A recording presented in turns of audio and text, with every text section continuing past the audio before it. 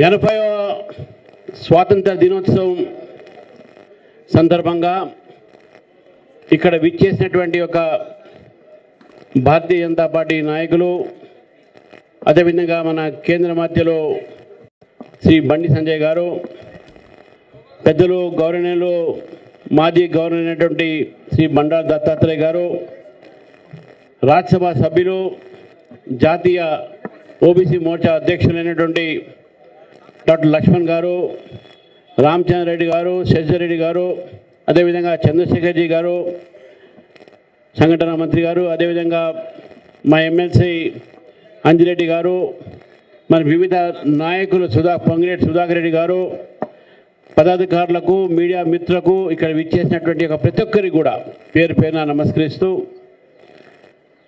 ఈరోజు దేశవ్యాప్తంగా మనం ఎంతో ఘనంగా ఈ 80వ స్వాతంత్ర ఉత్సవాన్ని జరుపుకుంటున్నాం. ఈ స్వాతంత్రం మనకు మన త్యాగాలతో, మన ఒక నాయకుల ఒక పోరాటాలతో వచ్చినటువంటి ఒక స్వాతంత్రం. ఈ స్వాతంత్రం వచ్చిన తర్వాత కాంగ్రెస్ పార్టీ అనేక సంవత్సరాలు పరిపాలించినటువంటి ఒక నేపథ్యం మనం చూసినాం. గత 12 సంవత్సరాలుగా ఎన్డీఏ ప్రభుత్వం ఈ దేశంలో పరిపాలిస్తున్నటువంటి ఒక నేపథ్యంలో భారతదేశము ఈరోజు అనేక రంగాల్లో ముందడుగు వేస్తూ ఉన్నది. ఇవాళ పొద్దున్నే ఎలక్కిరా నుంచి ప్రధానమంత్రి నరేంద్ర మోదీ గారు మాట్లాడుతూ భారతదేశం చేసినటువంటి ఒక అనేక రంగాల్లో ప్రగతిని వారు చెప్పడం జరిగింది. ఇటు సాంకేతిక ఒక రంగంలో అయితేంది, ఐటీ రంగంలో అయితే, సెమీకండక్టర్ రంగంలో అయితేంది, ఇన్ఫ్రాస్ట్రక్చర్ రంగంలో అయితేంది, అదేవిధంగా అంతరిక్షానికి రాకెట్లు పంపించేటటువంటి ఒక సందర్భం అయితేంది. ఈరోజు దేశం స్వతహాగానే యుద్ధ విమానాల్ని కూడా నిర్మాణం చేసుకునేటటువంటి ఒక ఘనత, అటువంటి ఒక సామర్థ్యాన్ని మనం పొందుకున్నాం. ఈరోజు నరేంద్ర మోదీ గారి నాయకత్వంలో ఈరోజు మొత్తం దేశం కూడా ఈరోజు గర్విస్తూ ఉన్నది. ప్రపంచంలో దాదాపు 4వ స్థానంలో అతిపెద్ద ఆర్థిక వ్యవస్థగా ఈటల రాజేంద్ర గారిని రావాల్సి పడుతున్నాం. ఈ యొక్క స్వాతంత్ర దినోత్సవం సందర్భంగా వారు మాట్లాడుతూ చెప్పారు, యువత ఈరోజు ఈ దేశానికి చాలా అవసరము, చాలా వారి యొక్క ఎన్నుముక్క లాంటి వారు. ఈ భారతదేశంలో ఆనాటి ఒక యువత ఒక భాగ్యస్వామ్యంతోనే మనం స్వాతంత్రాన్ని పొందున్నాం. ఈరోజు భారతదేశం ఒక ప్రగతి కూడా, భారతదేశం ఒక అభివృద్ధి కూడా యువతతోనే సాధ్యం. కాబట్టి నరేంద్ర మోదీ గారు చాలా పథకాలని యువతకు వారు చేయూతనియడానికి, యువతని ముందుకు తీసుకురావడానికి, ఉపాధి కలిగించడమే కాదు, ఉపాధి కోరడంలో తప్పేం లేదు, ఉపాధికి తీసుకోండి, కానీ ఉపాధి కలిగించేటటువంటి ఒక సామర్థ్యాన్ని కూడా వారు పొంది startup India, standup India, make in India, Mudra loan లాంటి అనేకమైనటువంటి పథకాల ద్వారా ఈ దేశం యువతని ఈరోజు ముందుకు తీసుకోవడం జరిగింది. ఈరోజు అంతేకాకుండా మన ఒక విద్యా రంగంలో కూడా ఆనాడు కేవలం 6 ఐఐటీలు ఉంటే ఈరోజు 20 ఐఐటీలు, అదేవిధంగా ఎన్ని ఎన్ఐటీలు, ఐఐఎంలు, ఎయిమ్స్, ఇటువంటి అనేక సంస్థలు, విద్యా సంస్థలు ఈరోజు దేశంలో 12 సంవత్సరాలు పెరిగినటువంటి విషయాన్ని మనం గుర్తించాల్సిన అవసరం ఉన్నది ఈరోజు. కానీ దురదృష్టవశాతం ఏంటంటే చాలామంది మన యొక్క యువకుల్ని తప్పుదారి పట్టించే ప్రయత్నం చేస్తూ ఉన్నారు.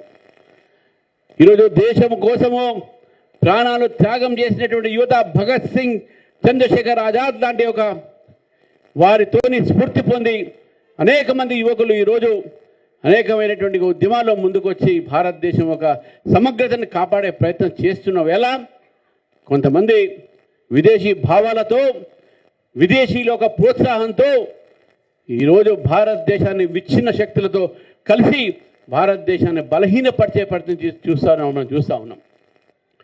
ఎవరైతే విశ్వవిద్యాలయాల్లో కాశ్మీర్కి ఆజాదీ చాయే అని చెప్పేసి ఒక నినాదాలు ఇస్తే, ఏ అఫ్జల్ గురు అయితే పార్లమెంట్ పైన దాడి చేస్తే అతను మరణశిక్ష ఇస్తే, అటువంటి మరణశిక్షకు అఫ్జల్ గురు హమ్ శర్మిందా హై, తేరే కాతిల్ జిందా హై అనేటటువంటి ఒక నినాదాలతో ఈరోజు విశ్వవిద్యాలయాలతో కొన్ని శక్తులు ఈరోజు అక్కడ తల వేస్తూ ఉంటే వారికి కాంగ్రెస్ పార్టీ మద్దతు పలుకుతున్న విషయాన్ని కూడా ఇది చాలా పెద్ద సిగ్గుచేటన్న విషయాన్ని కూడా మనం గుర్తించాలి. ఖిలాఫత్ నుంచి ఇప్పటి వరకు కూడా కాంగ్రెస్ పార్టీ కేవలం బుజ్జగించేటటువంటి ఒక రాజకీయం, అపీస్మెంట్ రాజకీయాలు. చివరికి మన ముఖ్యమంత్రి గారు ఈ దేశం సమగ్రతను మర్చిపోయి Muslim is Congress, Congress is Muslim అంటూ దక్షిణాదిగా ఉత్తరాదిగా విభజించేటటువంటి ప్రయత్నం ముఖ్యమంత్రి గారు చేస్తూ ఉన్నారు. ఇటువంటి ఒక రాజకీయాలతో ఈరోజు దేశం బలహీనపరిచేటటువంటి రాజకీయాలు చేస్తూ ఉన్నారు. మరి ఒకేపు ఈ విధంగా పరిస్థితి ఉంటే మన ఒక లీడర్ ఆఫ్ అపోజిషన్ ప్రజాస్వామ్యంలో ప్రతిపక్షానికి చాలా పెద్ద పాత్ర ఉంటుంది. ఎంతైతే రూలింగ్ పార్టీ పరిపాలన చేసినటువంటి పార్టీకి ఎంతైతే బాధ్యత ఉంటుందో ప్రతిపక్షానికి కూడా అంతే బాధ్యత ఉంటుంది. అందుకే వారు క్యాబినెట్ ర్యాంక్ ఇచ్చారు. అటువంటి ఒక క్యాబినెట్ ర్యాంక్లో ఉన్నటువంటి ఎల్ఓపి ఈరోజు పార్లమెంటు పోక వీధుల్లో వీధి నాటకాలు చేస్తూ ఒక జోకర్ కింద ఉండి ఈరోజు దేశాన్ని అవమానపరుస్తూ ఉన్నాడు. ఈరోజు దేశవ్యాప్తంగా దేశ ప్రజలు తలవంచుకుంటున్నారు అతని యొక్క జోకర్తనం చూసి. ఈ జోకరు, ఈ బ్రోకరు, ఇటువంటి ఒక ఏవైతే ఎల్ఓపీలు ఉన్నారో ఈ యొక్క దేశ యొక్క ప్రజల సమస్య మీద మాట్లాడకుండా మేము అధికారంలో రాలేపోయినవే అనేటువంటి బాధతో ఈరోజు రోడ్ల మీద ఏడుస్తూ ఉన్నారు. మరి వారికి ఈరోజు మద్దతు పలికినటువంటి కొంతమంది ఉన్నారు. విద్యార్థుల కోసం వారందరంట నిల్చున్నారంట. మీరు నిజంగా విద్యార్థుల కోసం నిల్చుంటే జార్ఖండ్లో ఈరోజు వేలాది మంది విద్యార్థులు రోడ్ల మీద వచ్చి ప్రాణాలు కూడా పోయేటటువంటి జీవితాన్ని కూడా లెక్క చేయకుండా 12 రోజుల నుంచి అక్కడ నిరాహార దీక్ష చేస్తుంటే పట్టించుకునేటువంటి ఈ కాంగ్రెస్ నాయకులు కానీ ఈ ఇండియా అలయన్స్ నాయకులు కానీ నేను అడుగుతా ఉన్నాను, విద్యార్థుల కోసం మీరేం చేస్తున్నారని చెప్పేసి. దేశవ్యాప్తంగా పేపర్ లీక్లు అయింది మీ ప్రభుత్వంలో. ఈరోజు జార్ఖండ్లో మీ ఇండియా అలయన్స్ ఉన్నది, మీరు ప్రభుత్వంలో భాగం ఉన్నారు. అటువంటి ప్రభుత్వంలో వ్యతిరేకంగా విద్యార్థులు పోరాడుతుంటే ఎందుకు మీరు మాట్లాడలేదని చెప్పేసి కూడా ఈరోజు మీరు ప్రశ్నిస్తూ ఉన్నాను. మిత్రులారా, ఒక వికసిత భారత్ వైపు పెరుగుతున్న భారతం ఈరోజు తెలంగాణని కూడా నరేంద్ర మోదీ గారి ప్రభుత్వం వికసిత్ తెలంగాణ కూడా చూసాలనుకుంటున్నాను. దాదాపు 5,000 కోట్లతోని జాతీయ రహదారులని మనం ఇక్కడ నిర్మాణం చేసుకున్నాం. ఇప్పటి వరకు దాదాపు ఎన్నో వేల కిలోమీటర్లు ఈరోజు తెలంగాణకు జాతీయ రహదారుల ద్వారా రావడం జరిగింది. 5,000 కోట్లతోని రైల్వే ఒక స్టేషన్లు కానీ రైల్వే కొత్త లైన్ కానీ నిర్మాణం చేస్తుంది ప్రధానమంత్రి గారు. మరి ఫసల్ బీమా యోజన లాంటి ఒక రైతులకు లాభపడేటటువంటి పథకాలు తీసుకువస్తే ఆ రైతు సంబంధించినటువంటి ఫసల్ బీమా యోజనకు కట్టాల్సినటువంటి రసుము కట్టకుండా ఈరోజు తెలంగాణ రైతులు ఆ ఫసల్ బీమా యోజనని కోల్పోతున్నటువంటి పరిస్థితి తెలంగాణ ఉందంటే దానికి కేవలం కాంగ్రెస్ పార్టీ నిర్లక్ష్యం అని చెప్పేసి. అదేవిధంగా ఆయుష్మాన్ భారత్ ఏ పేదవాడికైతే 5 లక్షల రూపాయల దాకా చికిత్స పొందడానికి, ఏ హాస్పిటల్ అయినా సరే ఏ రోగానికైనా చికిత్స పొందడానికి వెసులుబాటు చేసినట్టు నరేంద్ర మోదీ గారి ప్రభుత్వం తీసుకోవచ్చిన ప్రభుత్వాన్ని ఆ ఒక పథకాన్ని తెలంగాణలో ఎందుకు ఈరోజు అమలుపరచట్లే అని చెప్పేసి కూడా మనం ప్రశ్నించాల్సిన అవసరం ఉంది ఈరోజు. ఎందుకంటే స్వాతంత్రం వచ్చిన తర్వాత ఇటు విద్య ఇటు వైద్య చాలా ప్రముఖమైనటువంటి ఒక అంశాలు అయిపోయినాయి మనకు. ఎందుకంటే విద్యారంగంలో కూడా ఈరోజు నరేంద్ర మోదీ గారు ఎన్నో మార్పులు తీసుకొచ్చారు. న్యూ ఎడ్యుకేషన్ పాలసీని ముందుకు తీసుకొచ్చినాం. కానీ రాష్ట్ర ప్రభుత్వం ఆ ఎడ్యుకేషన్ పాలసీని ఇంతవరకు అమలుపరచకుండా ఉన్న వ్యవస్థని కూడా బస్సు పట్టించి విద్యార్థులకు ఫీజులు ఇవ్వకుండా 12,000 కోట్ల బకాయిలు ఈరోజు విద్యార్థులకు ఉన్నాయని చెప్పేసి ఇప్పుడు మాట్లాడుతూ ఉన్నారు.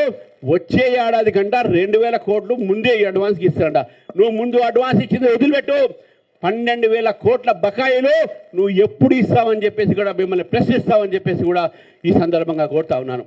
ఎన్నో మాటలు మాట్లాడుతూ ఉన్నారు. గత ప్రభుత్వం 4.5 కోట్లు అప్పుల్లో తోసిన తెలంగాణ. ఈ ప్రభుత్వం వచ్చిన తర్వాత 2.5 సంవత్సరాలు 2 కోట్ల పైగా అప్పుల్లో 2 లక్షల కోట్లకు పైగా వారు అప్పుల్లో తోచడం జరిగింది. ఒక డెట్ ట్రాప్ తెలంగాణ, ఒక అప్పుల్లో ఊబిలో పడినటువంటి తెలంగాణ. ఈరోజు అటువంటి పరిస్థితిలో ఉన్నటువంటి తెలంగాణ ఈరోజు ప్రజలు అల్లాడిపోతూ ఉన్నారు. కాంగ్రెస్ పార్టీని అడుగుతా ఉన్నాను, ఈరోజు మీరు పెట్టినట్టు ఏ పథకాలు ఈరోజు ప్రజల దాకా చేరినాయని చెప్పి అడుగుతా ఉన్నాను. ఇందిరమ్మ ఇళ్ళు మాట్లాడుతూ ఉన్నారు, మహాలక్ష్మి స్కీమ్ మాట్లాడుతూ ఉన్నారు. ఈరోజు మీరు పెట్టేటటువంటి ఒక ఏదైతే గ్యాస్ ఉజ్వలా గ్యాస్ గురించి మాట్లాడితే ఉజ్వలా కనెక్షన్ ఇచ్చిందే కేంద్ర ప్రభుత్వం. మీరు ఇచ్చేది ఎంతవరకు ఇస్తున్నారు, ఎన్ని ఇస్తున్నారని చెప్పి అడుగుతా ఉన్నాం. మేము ఎన్నో పథకాలు మీరు ఆ రోజు ఎన్నికల్లో మాట్లాడే చివరికి బీసీ రిజర్వేషన్ల విషయంలో కూడా ప్రజల్ని ఎంత మోసం చేశారని చెప్పి ఒకసారి గుర్తించాల్సిన అవసరం ఉన్నది ఈరోజు. కాబట్టి మోసపూరితమైన పరిపాలన కాదు. స్వాతంత్రం వచ్చిన తర్వాత అనేక పార్టీలు ఉంటాయి, అనేక రాజకీయాలు ఉంటాయి, కానీ ప్రభుత్వం వచ్చిన తర్వాత ప్రజా సంక్షేమం అనేది చాలా ప్రాముఖ్యం.